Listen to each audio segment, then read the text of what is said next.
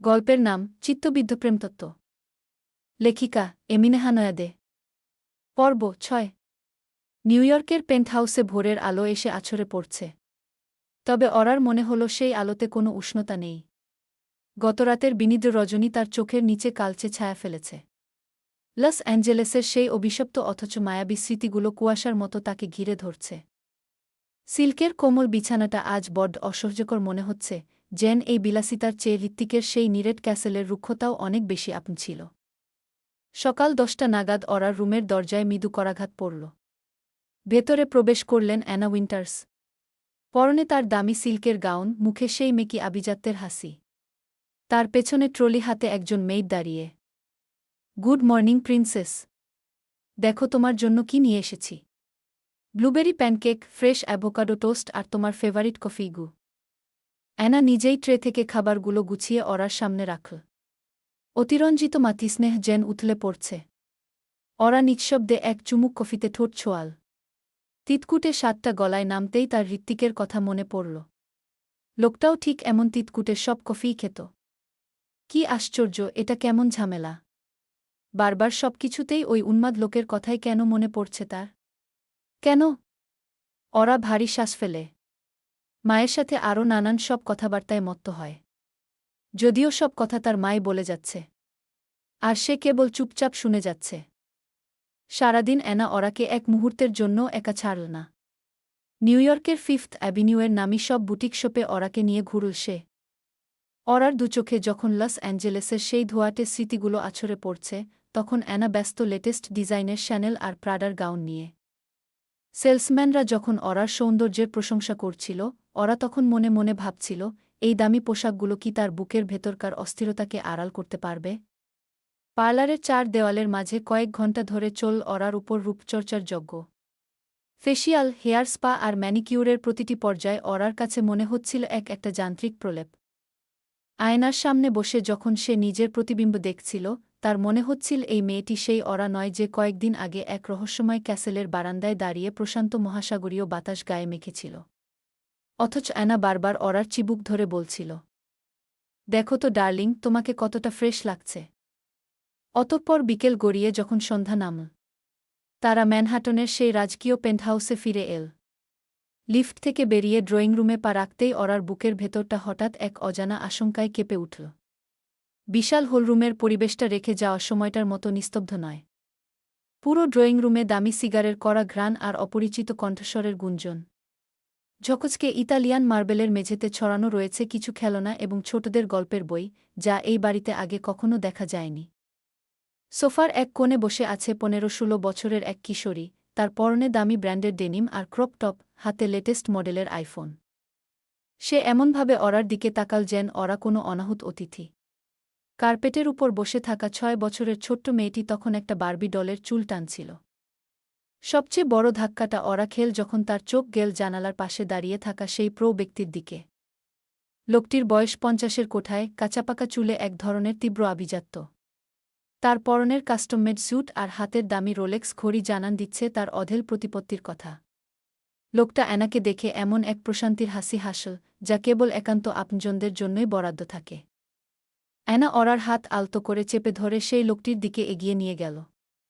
অ্যানার কণ্ঠস্বরে আজ এক অদ্ভুত উত্তেজনা, যা অরাকে এক নিমেষে এক বিশাল অনিশ্চয়তার মুখে দাঁড় করিয়ে দিল।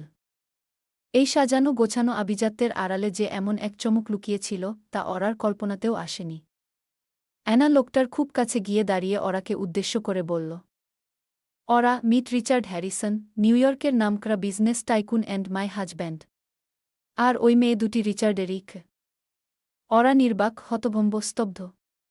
এসব তার মা কি বলছে? তার মা কেবল বিয়েই করেননি, বরং পুরো একটা তৈরি করা পরিবারে নিজেকে বিলীন করে দিয়েছেন, যার খবর অরা বিন্দুবিসর্গও জানত না। রিচার্ড এগিয়ে এসে হ্যান্ডশেক করার জন্য হাত বাড়িয়ে দিলেন, কিন্তু অরার মনে হল সে যেন এক জীবন্ত পাথরে পরিণত হয়েছে। অ্যানা উইন্টার্স রিচার্ডের আরও খুব কাছে গিয়ে দাঁড়াল। তাদের মধ্যকার শারীরিক ঘনিষ্ঠতা আর চোখের ভাষা অরাকে তীব্রভাবে বিদ্ধ করল। যে মা কিছুদিন আগেও অরার বাবার স্মৃতিতে শোকাতুর থাকার অভিনয় করতেন, আজ তার চোখে মুখের এই নির্লজ্জ প্রশান্তি অরার কাছে অসহ্য মনে হল। অ্যানা রিচার্ডের বাহু আঁকড়ে ধরে অরার দিকে তাকিয়ে বেশ স্বাভাবিক স্বরেই আরও বলতে লাগল, অরা, তুমি শুনছ তো আমার কথা? ইনি রিচার্ড হ্যারিসন। আমরা কিছু মাস আগে বিয়ে করেছি। আর এই দুই রাজকন্যা হচ্ছে রিচার্ডের আগের ঘরের সন্তান, সোফি আর লিটল ফ্লোরা। তোমার অনাকাঙ্ক্ষিত দুর্ঘটনার রেশ না কাটতেই আমি তোমাকে এই সারপ্রাইজটা দিতে চাইনি। কিন্তু এখন যেহেতু তুমি ফিরেই এসেছ, তাই ভাবলাম আমাদের নতুন জীবনটা শুরু করাই যায়। অরা স্তম্ভিত হয়ে দাঁড়িয়ে, এখন অবধি তার মাঝে কোনো নড়চড় দেখা যায়নি। তার কানের শব্দগুলো ঢুকছে ঠিকই, কিন্তু মস্তিষ্ক যেন তা বিশ্লেষণ করতে অস্বীকার করছে। রিচার্ড আরও কিছুটা এগিয়ে এসে অরার খুব কাছে দাঁড়ালেন। তার গায়ে দামি তামাক আর অকুট পারফিউমের তীব্র ঘ্রাণ। তিনি অরার কাঁধে হাত রাখতে গিয়েও থেমে গেলেন, হয়তো অরার চোখের সেই হিমশীতল বিস্ময়ভরা ঘৃণা দেখে। Hello Aurora. তোমার মা তোমার কথা অনেক বলেছে। You are truly beautiful. আমি জানি এটা তোমার জন্য একটু হঠাৎ করেই হয়ে গেল, বাট আই প্রমিস, আমরা খুব জলদি একটা বন্ডিং তৈরি করে নেব। তুমি চাইলে আমায় ড্যাড বলে ডাকতে পারো। রিচার্ডের এই ড্যাড সম্বোধনের প্রস্তাবে অরার মনে হলো কেউ যেন তার কানে গরম সিসে ঢেলে দিল। সে কোনোমতে নিজেকে সামলে নিয়ে মায়ের দিকে তাকাল। অ্যানা তখন বেশ চট্টে ভঙ্গিতে সোফি আর ফ্লোরাকে নিয়ে ব্যস্ত। বড় মেয়ে সোফি অরার দিকে এক পলক অবজ্ঞার দৃষ্টি ছুড়ে দিয়ে আবার নিজের আইফোনের স্ক্রিনে বুঁদ হয়ে গেল। 6 বছরের ছোট্ট ফ্লোরা ফ্যালফ্যাল করে তাকিয়ে আছে এই নতুন বোনটার দিকে। এরই মধ্যে অ্যানা তাদের কাছ থেকে উঠে এসে অরাকে একপাশে টেনে নিয়ে ফিসফিস করে কিন্তু দ্বিস্বরে বলতে লাগল। অরা, রিচার্ড নিউইয়র্কের খুব প্রভাবশালী একজন মানুষ। ওর সাথে আমার এই বিয়েটা শুধু আবেগের নয়, এটা আমাদের স্ট্যাটাস এবং ভবিষ্যতের জন্য খুব জরুরি। তুমি এখন যথেষ্ট ম্যাচিওরড, আশা করি কোনো সস্তা সিন ক্রিয়েট করে পরিস্থিতি জটিল করবে না। তুমি ওকে বাবা বলতে পারো, অথবা তোমার যেটা ইচ্ছে। তবে মনে রেখো, আমরা এখন একই ছাদের নিচে থাকব। আমি চাই না আমার নতুন পরিবারে তোমার কারণে কোনো অস্বস্তি তৈরি হোক। অরার বুক ফেটে কান্না আসছিল, কিন্তু সে নিজেকে নিয়ন্ত্রণ করল। তার দুচোখে আগুনের ফুলকি ঠিকরে বেরোচ্ছে। সে ধীর স্বরে কিন্তু অত্যন্ত তীক্ষ্ণভাবে বলল, পরিবার? মা, তুমি যাকে পরিবার বলছ সেখানে আমার জায়গা কোথায়? তুমি এয়ারপোর্টে আমায় নিতে আসতে পারোনি ইম্পর্ট্যান্ট মিটিংয়ের অজুহাতে, অথচ আসল কারণ ছিল এই নতুন সংসার। আমি যখন মৃত্যুর মুখে দাঁড়িয়েছিলাম, তুমি তখন এখানে অন্য একজনের বাচ্চার মা হওয়ার দায়িত্বের স্বপ্নে বিভোর ছিলে। অ্যানা ঠোঁট ভিজিয়ে মুখ ফিরিয়ে নেয়। তারপরই আবার তীব্র বিরক্ততে চোখ মুখ কুচকাল। বেশি ড্রামাটিক হয়ো না অরা। আমি তোমাকে অবহেলা করিনি। রিচার্ডের মেয়েরা খুব ভালো। সোফি একটু জেদি, কিন্তু তুমি ওর সাথে মিশলে ঠিক হয়ে যাবে। আমি বরাবরই চেয়েছিলাম একটা কমপ্লিট ফ্যামিলি। আর রিচার্ড আমাকে সেই সিকিউরিটি দিয়েছে যা তোমার বাবার থেকে আমি পাইনি গিয়ে। মায়ের মুখ থেকে নিজের বাবার এই অপমান সহ্য করা অরার জন্য ছিল চরম আঘাত। যে মা সারা জীবন আভিজাত্যের মুখোশ পরে থাকতেন, আজ সেই মুখোশটা খসে গিয়ে এক স্বার্থপর নারীর কদর্য রূপ বেরিয়ে এসেছে। অরা জানো তার মা আর সবার মতো নয়। সে পৃথিবীর আর সকল সন্তানদের মতো তার মায়ের কাছে সেইসব মমতাময়ী ভালোবাসা পায়নি। কিন্তু তাই বলে তার মা যে ঠিক এমন রূপে তার সামনে হাজির হবে, অরা কল্পনাতেও আশা করেনি। তার এখন ইচ্ছে করছে চিৎকার করে কেঁদে ফেলতে। এদিকে অ্যানা শুরুতে কিছুটা ক্ষিপ্ত হলেও মেয়ের চোখে জল দেখে সে শান্ত হল। যতই হোক, অত্যাধিক সফলতার লোভ তাকে যে বিকৃত মনমস্তিষ্কের মানবে পরিণত করেছে তা থেকে কখনো বেঁচে ফিরতে পারবে কিনা অজানা। কিন্তু অরা তো তার নিজেরই পেটে ধরা মেয়ে। তাই অ্যানা কিছুটা নরম স্বরে বলতে লাগলেন, অরা, আমি জানি তুমি অনেকটা সময় আমার থেকে দূরে ছিলে। কিন্তু কারো জীবন তো আর কারো জন্য থেমে থাকে না। রবার্ট আর আমি মাসখানেক আগেই আমাদের সম্পর্কটাকে একটা নাম দিয়েছি। I mean, we are married. এটা তো তোমায় বুঝতে হবে। অরা অস্ফুট স্বরে বলল, কি বুঝতে বলছো মা? তুমি বিয়ে করেছ অথচ আমায় কখনো জানানোরও প্রয়োজনবোধ করনি গে। অ্যানা অরার হাত ধরে বললেন, পরিস্থিতি তেমন ছিল না বলার মতো। রিচার্ড খুব ভালো মানুষ। ওর আগের স্ত্রী মারা গেছে কয়েক বছর আগে। এই ছোট বাচ্চা দুটোর জন্য একজন মায়ের দরকার ছিল, আর আমার জন্য একজন সঙ্গীর। আমি চাই তুমি রবার্টকে ড্যাড বলে সম্বোধন করো। তবে আমি জোর করব না। তুমি এখন বড় হয়েছ, তোমার যেটা ইচ্ছে সেটাই সিদ্ধান্ত নিতে পারো। আশা করি তুমি এই পরিবারটাকে সহজভাবে গ্রহণ করবে এবং কোনো সিন ক্রিয়েট করবে না। Please princess. অরা স্তব্ধ হয়ে মায়ের দিকে তাকিয়ে রইল। তার মনমস্তিষ্কের ভাবনাগুলো ভাবতে লাগল। যে মা তাকে ছোটবেলায় একটু আদরের জন্য প্রতিনিয়ত তৃষ্ণার্ত রেখেছিলেন, যে মা সারা জীবন আভিজাত্যের মোহে নিজেকে ব্যস্ত রেখেছেন, তিনি আজ অন্য দুটো বাচ্চার মা হওয়ার দায়িত্ব নিয়েছেন। অথচ নিজের মেয়ের বিপদের সময় তিনি মিটিং নিয়ে ব্যস্ত ছিলেন। How ridiculous! রিচার্ড হ্যারিসন এবং তার সন্তানদের সামনে অ্যানা নিজেকে একজন আদর্শ গৃহকর্ত্রী হিসেবে তুলে ধরছেন। সোফি আর ফ্লোরাকে তিনি যেভাবে আগলে ধরছেন, ওরা সেই আদর কোনোদিন পায়নি। তার বুঝে নীল, তার মায়ের বলা কথা অনুযায়ী সে এই বাড়িতে কোনো রাজকন্যা নয়, বরং এক অনাকাঙ্ক্ষিত অতিথি। অরার বুকের ভেতরটা হাহাকার করে উঠল। সে ভাবত হৃত্বিক স্যানাল তাকে বন্দি করে রেখেছিল। কিন্তু এখন তার মনে হচ্ছে নিউইয়র্কের এই ঝকঝকে পেন্টহাউসটাই আসলে এক বিশাল কারাগার, যেখানে রক্তের সম্পর্কের চেয়ে মেকি সম্পর্কের দাম বেশি। সে কোনো উত্তর না দিয়ে ধীর পায়ে নিজের রুমের দিকে পা বাড়াল। পেছনে তার মায়ের সেই কৃত্রিম হাসির শব্দ আর রিচার্ডের সাথে কথোপকথন কানে আসছিল। অরার চোখে জল এল না, বরং এক কঠিন জেদ দানা বাঁধল। সে বুঝতে পারল এই শহরে তার আপন কেউ নেই। কেউ না। জানালার কাছে কপাল ঠেকিয়ে ওরা মনে মনে বলল, মা, তুমি ঠিকই বলেছ। আমি এখন বড় হয়েছি। এতটাই বড় যে তোমার এই সাজানো মিথ্যেগুলো এখন আমার চোখে বড্ড সস্তা ঠেকছে। মাফ করে দিও, কিন্তু আমার এখানে থাকা সম্ভব নয়। সবকিছুর মায়া ত্যাগ করে নিজের জীবন এবার আমি নিজেই গড়ব, যেমনটা তুমি করেছ গু। ম্যানহাটনের আকাশচুম্বী জানালার ওপারে নিয়ন আলোয় সমুদ্র খেলা করছে। অরার ঘরের ভেতরটা তখন একগা নিস্তব্ধতায় আচ্ছন্ন। কাচের ওপারে প্রতিবিম্বিত নিজের অবয়বটাকেও আজ তার অচেনা মনে হচ্ছে। দেশের প্রেম মঞ্জিল কিংবা এদেশের লিতো ক্যাসেলের বিভীষিকা, সবই তাকে জীবনের এক চরম পাঠ শিখিয়ে দিয়েছে, এই পৃথিবীতে অস্তিত্ব টিকিয়ে রাখতে হলে নিজের অধিকারের দাবিদার নিজেকেই হতে হয়। ওরা আয়নার সামনে দাঁড়িয়ে নিজের চোখের কোণে জমে থাকা জলটুকু মুছে ফেল। মা তাকে ছাড়াই এক নতুন পৃথিবী সাজিয়েছেন, অন্য কারো সন্তানদের বুকে টেনে নিয়ে পূর্ণতা খুঁজেছেন, এই সত্যটা তাকে যতটা না রক্তাক্ত করছে, তার চেয়েও তীব্রভাবে অন্তরে এক দুর্মর জেদের আগুন জ্বালিয়ে দিচ্ছে।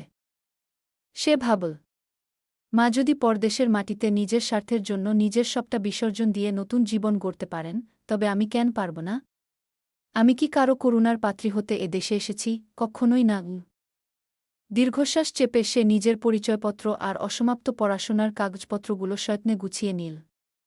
এই জায়গায় সে আর থাকতে পারবে না। তাকে দ্রুত এখান থেকে চলে যেতে হবে। নিজের জীবনকে এবার নিজের শর্তেই চালাবে সে। এরই মধ্যে দরজায় মৃদু করাঘাত হল। ওপাশ থেকে ভেসে এল অ্যানার কণ্ঠস্বর। ওরা, দরজা খোলো। রিচার্ড আর বাচ্চারা ডিনার টেবিলে অপেক্ষা করছে। এভাবে নিজেকে ঘরে বন্ধ করে রেখে সস্তা ড্রামা করো না। রিচার্ড অত্যন্ত মার্জিত মানুষ, উনি তোমার এই আচরণ দেখে কি ভাববেন? ওরা ভেতরে বসেই চিৎকার করে বলতে চাইল, তিনি কি ভাববেন তাতে আমার কি আসে যায় মা, কিন্তু সে নিজেকে সংবরণ করল। ক্রোধ নয়, আজ তার অস্ত্র হবে শীতল গাম্ভীর্য। দরজা খুলে সে সোজা ডাইনিং হলের দিকে পা বাড়াল। সে দেখতে চায় তার জন্মদাত্রী আভিজাত্যের মোড়কে নিজেকে আর কতটা নিচে নামাতে পারেন। ডাইনিং টেবিলটি আজ হরেক পদের খাবারে উপচে পড়ছে। রিচার্ড হ্যারিসন বড় মেয়ে সোফির সাথে কোনো এক বিজনেস ডিল নিয়ে কথা বলছিলেন। ওরাকে ঢুকতে দেখে তিনি মৃদু হাসলেন। এসো অরোরা, এই খাবারগুলো স্পেশালি তোমার জন্য অর্ডার করা হয়েছে। অ্যানা বল, তুমি নাকি এগুলো খুব পছন্দ করো? ওরা নিঃশব্দে চেয়ার টেনে বসল। অ্যানা অত্যন্ত তৎপরতার সাথে তার প্লেটে খাবার তুলে দিতে দিতে রিচার্ডের দিকে চেয়ে স্নিগ্ধতার সাথে বললেন, হ্যাঁ রিচ, ওরা সিফুড লাভার। তবে ও একটু বেশি ইমোশনাল। আসলে এতদিন দেশে একা ছিল তো ও। ওরা নিজের প্লেটের দিকে স্থির দৃষ্টি রেখে অত্যন্ত নিচু কিন্তু দ্বিস্বরে বলল, আমি একা ছিলাম না মা। আমি যাদের কাছে ছিলাম, তারা অন্তত নিজের স্বার্থের জন্য পরিবার কেনাবেচা করে না। রক্তের সম্পর্কের ঊর্ধ্বে গিয়ে তারা মানুষকে আগলে রাখতে জানে গিউ। মুহূর্তেই টেবিলের চারপাশে এক পিনপতন নীরবতা নেমে এল। রিচার্ডের হাসিটা ম্লান হয়ে গেল। অ্যানার চোখ দুটো রাগে ছোট হয়ে এল, নিশ্চয় তার মেয়েটা দেশের ওই বাড়ির দু-চারটে কর্মচারীর কথা বলছে। আসলেই মেয়েটা একদম বেখাপ্পা হয়ে গেছে। কিন্তু অ্যানা নিজের রাগ সামলে নিয়ে বললেন, ওরা, আমরা খাওয়ার টেবিলে এসব আলোচনা না করি। রিচার্ড, তুমি কিছু মনে করো না। ও এখনও ট্রমার মধ্যে আছে গিউ। সোফি হঠাৎ কাটা চামচটা প্লেটে শব্দ করে রেখে বলল, ড্যাড, আমি বুঝতে পারছি না কেন আমাদের এই সিচুয়েশনটা ডিল করতে হচ্ছে। I have a party to attend uh. অরার নজর ছিল লিটল ফ্লোরার দিকে। 6 বছরের বাচ্চাটা হঠাৎ আধো আধো বুলি ফুটিয়ে ইংরেজিতে বলল, ইউ আর সো প্রিটি। তুমি কি এই বাড়িতেই থাকবে? তুমি কি আমার সাথে খেলবে? অরা ফ্লোরার দিকে তাকাল। শিশুটির নিষ্পাপ চোখের দিকে তাকালে ঘৃণা করা কঠিন। কিন্তু এই শিশুটির অস্তিত্বই অরাকে মনে করিয়ে দিচ্ছে যে তার মা এখন অন্য কারো মা। ডিনার চলাকালীন রিচার্ড হঠাৎ অ্যানার হাত নিজের হাতের উপর রেখে বললেন, অ্যানা, আমি ভাবছিলাম আগামী মাসে আমরা একটা ছোটখাটো গেট টুগেদার করব। আমাদের বন্ধুদের সাথে অরোরাকে পরিচয় করিয়ে দেওয়া দরকার। আর অরোরা, আমি চাই তুমি আমাদের ফ্যামিলি বিজনেসের সোশ্যাল মিডিয়া উইংটা দেখো। তোমার মা বল তুমি খুব ভালো ডিজাইনের পাশাপাশি লেখালেখি করো। অরা এবার সরাসরি রিচার্ডের চোখের দিকে তাকাল। তার কণ্ঠে কোনো ক্ষিপ্রতা নেই, কিন্তু তার মেজাজ ধরে রাখাও আর সম্ভব নয়। যত ভালো মানুষই হোক না কেন, সে এখানে স্বাভাবিক হয়ে বাঁচতে পারবে না। বিজনেস? আপনারা কি সব কিছুতেই ব্যবসা খোঁজেন মিস্টার হ্যারিসন? আমার মা হয়তো আপনাদের কাছে কোনো ডিল হতে পারেন, কিন্তু আমি নই। আর আমার লেখালেখি, ডিজাইন সবটাই আমার শখ, আপনাদের ব্রোন্যান্ডিংয়ের হাতিয়ার নয় গি। অ্যানা এবার আর সহ্য করতে পারলেন না। তিনি টেবিল চাপড়ে দাঁড়িয়ে পড়লেন। অরা, দ্যাটস ইনাফ। তুমি কার সাথে কথা বলছো ভুলে যেও না। রিচার্ড তোমাকে একটা সম্মানজনক প্রস্তাব দিচ্ছেন আর তুমি অভদ্রতা করছ। আমি তোমাকে নিউ ইয়র্কে ফিরিয়ে এনেছি কি আমার সম্মান ধুলোয় মেশাতে? অরা শান্তভাবে উঠে দাঁড়াল। সে ধীরস্থির পায়ে মায়ের দিকে এগিয়ে গেল। তুমি আমায় নিউ ইয়র্কে এনেছ তোমার নিজের কোনো স্বার্থে। এছাড়া তো আমি আর কোনো কারণ খুঁজে পাচ্ছি না মা। তুমি তো ভুলেই গিয়েছিলে তোমার একটা মেয়ে আছে, যাকে তুমি নিজের পেটে ধরেছিলে। আর এখন তুমি যাকে সম্মান বলছো মা, আমার কাছে সেটা স্রেফ একটা ঝকচকে মিথ্যে গু। অরা আর এক মুহূর্তও দাঁড়াল না। ডাইনিং টেবিলের গুমোট পরিস্থিতি থেকে নিজেকে ছাড়িয়ে নিয়ে সে নিজের ঘরে ফিরে এল। বুকের ভেতরটা অপমানে রিরি করছে তার। রাতের খাবারটা তার অস্পৃশ্যই রয়ে গেল। ফলে সারারাতেও আর পেটে কিছু পড়ল না। দরজায় খিল তুলে সে জানালার পাশে গিয়ে বসল। ম্যানহাটনের আকাশচুম্বী দালানগুলোর আলোকসজ্জা আজ তাকে আলো দিচ্ছে না, বরং মনে হচ্ছে শত শত চোখ তাকে বিদ্রূপ করছে। সারারাত দু চোখের পাতা এক করতে পারল না সে। মস্তিষ্কের প্রতিটি স্নায়ু কেবল একটা সিদ্ধান্তই হাতড়াচ্ছিল, এখান থেকে মুক্তি। এই পেন্ট হাউস, এই কৃত্রিম আভিজাত্য আর মায়ের এই স্বার্থপর মোহিনী মায়া থেকে তাকে বের হতেই হবে।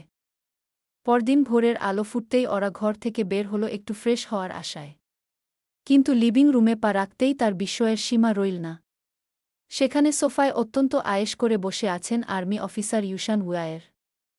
তার পরনে সিভিল পোশাক হলেও মেরুদণ্ড সোজা করে বসার ভঙ্গিটা এখনও সেই সামরিক গাম্ভীর্য জানান দিচ্ছে। অ্যানা যেন তাকে একেবারে জামাই আদর দিয়ে ঘরে বসিয়েছেন। রিচার্ড আর অ্যানা দুজনেই ইউশানের সাথে হাসি মুখে খোশগল্পে মত্ত। অরাকে উপস্থিত হতে দেখেই অ্যানার মুখে এক চিলতে তৃপ্তির হাসি ফুটে উঠল। তিনি হাতছানি দিয়ে ডাকলেন, অরা, এসো। দেখো কে এসেছে। সকাল সকাল ইউশান তোমাকে সারপ্রাইজ দিতে চলে এসেছে গি। অরা শুরুতে কোনো কথা বলল না। তার দু চোখে রাজ্যের বিস্ময় আর বিরক্তি। এই লোকটাকে এখানে দেখে সে খুব একটা অবাক হয়নি। অবাক হয়েছে এই ভেবে যে বিয়ের চক্করে যার থেকে দূরে সরতেই সে এদেশে এলো, এত দুর্দশা পরিস্থিতির সম্মুখীন হল, সেই মানুষটাই আবারও তার চোখের সামনে বসে আছে। ইউশান নিজেই সোফা ছেড়ে উঠে দাঁড়াল। তার দৃষ্টিতে তীক্ষ্ণতা, অথচ নমনীয় ভাব। সে এগিয়ে এসে অত্যন্ত শান্ত স্বরে জিজ্ঞেস করল, হাই, কেমন আছো মিস অরোরা? অরা কোনো উত্তর দিল না। কেবল এক পলক তার দিকে তাকিয়ে চোখ ফিরিয়ে নিল। তার এই নীরবতা আর অবজ্ঞা ইউশান খেয়াল করলেও কোনো প্রতিক্রিয়া দেখাল না। কিন্তু অ্যানা পরিস্থিতি সামাল দিতে সোজা মূল প্রসঙ্গে চলে এলেন। ইউশান বলছিল ওর ফ্যামিলিও চাচ্ছে বিয়েটা আর বেশি দেরি না করতে। রিচার্ডও বলছিল ইউশানের মতো যোগ্য ছেলে এ যুগে পাওয়াই কঠিন। আমরা ভাবছি আগামী মাসেই অরার চোখমুখ মুহূর্তেই শক্ত হয়ে গেল। সে অবাক হয়ে লক্ষ্য করল, তার বিয়ে নিয়ে তার সামনেই সবাই এমনভাবে সিদ্ধান্ত নিচ্ছে যেন সে কোনো প্রাণহীন জড়বস্তু। কারও ন্যূনতম প্রয়োজন মনে হচ্ছে না তার মতামত নেওয়ার। ইউশান অরার চোয়ালের কঠিন ভঙ্গিটা লক্ষ্য করল। সে হয়তো কিছু বলতে যাচ্ছিল, কিন্তু তার আগেই অরা সোজাসুজি রিচার্ড আর অ্যানার দিকে তাকিয়ে অত্যন্ত গম্ভীর গলায় বলে উঠল, আমি এই বিয়ে করতে পারব না গি। অ্যানার কপালে ভাঁজ পড়ল। তিনি কিছুটা বিরক্ত হয়ে শান্ত স্বরে বোঝাতে চাইলেন। অরা, তুমি শুধু শুধু ইমোশনাল হচ্ছ। ইউশান তোমার জন্য কতটা পারফেক্ট তা তুমি এখনও জানো না। পাগলামি করো না গি। অরা এবার আর ধৈর্য ধরতে পারল না। সে চিৎকার করে দাঁড়িয়ে পড়ল।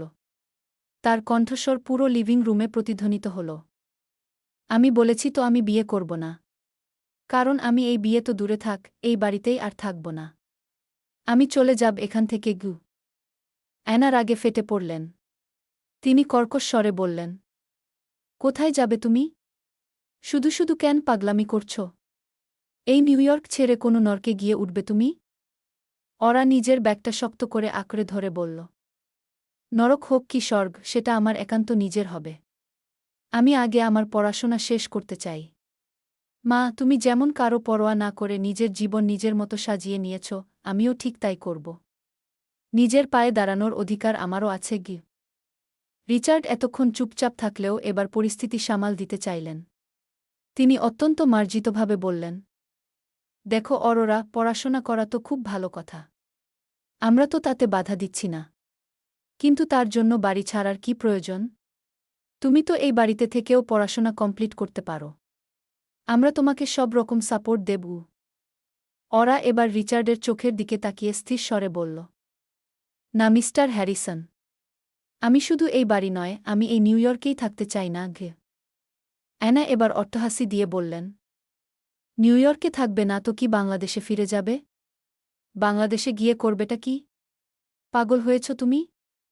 এরই মধ্যে সবাইকে একরাশ বিস্ময়ের অতলে ডুবিয়ে দিয়ে অরা হঠাৎ ক্ষীণ হাসল। তার হাসিতে বাকিদের কপালে সূক্ষ্ম ভাঁজ পড়ল। অরা অত্যন্ত দ্বিতার সাথে বলল, আমি কখন বললাম আমি বাংলাদেশে যাব? আমি এ দেশেই থাকব। তবে নিউ ইয়র্কে নয়, আমি লস অ্যাঞ্জেলেসে ফিরে যাব। আমার জন্য হয়তো ওই জায়গাটাই বেস্ট। ওখানেই আমি আমার নতুন জীবন শুরু করব। অরার এই অভাবনীয় সিদ্ধান্তে পুরো ঘরে এক পিনপতন নীরবতা নেমে এল। অ্যানার দৃষ্টি এবার আরও গভীর হল। লস অ্যাঞ্জেলেস, ওরা তো আগে কখনো এদেশে আসেনি। এলেও হয়তো ওর কিছুই মনে নেই। তবে ওরা লস অ্যাঞ্জেলস সম্পর্কে এমন কি জানে যে সে হুট করে ওখানেই যেতে চাইছে? এটা কি নিছকি তার মেয়ের স্বাভাবিক সিদ্ধান্ত নাকি এর পেছনে আরও বিশেষ কোনো কারণ আছে? গল্পটা কেমন লাগলো অবশ্যই বলে যাবেন।